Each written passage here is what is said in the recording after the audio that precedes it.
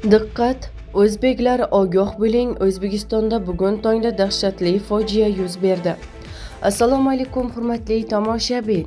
Ushbu xabardan u yerda bo'lgan insonlarning oila a'zolari va yaqinlari darhol xabardor bo'lishlari uchun video ostida bor yo'g'i bir dona like va podpisatsiya tugmachasini bosib qo'yishni unutmang.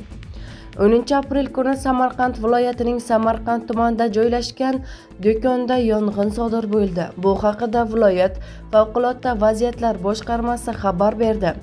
Qayd etilishicha, soat 20:23 da 112 tizimi orqali Samarqand viloyati O'rtashiq mahalla fuqarolar hududida joylashgan savdo do'konida yong'in sodir bo'layotganligi to'g'risida viloyat favqulodda vaziyatlar boshqarmasiga xabar kelib tushgan.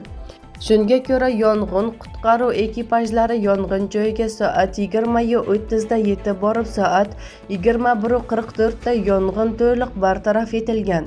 Bildirilishicha, hodisa oqibatida jarohat olganlar yo'q. Hozirda yong'in sababi va moddiy zarar miqdori aniqlanmoqda, deyiladi xabarda. Bizni kuzatishda davom eting. Kanalimizga obuna bo'lib, podpisatsiya tugmachasini bosib qo'yishni unutmang.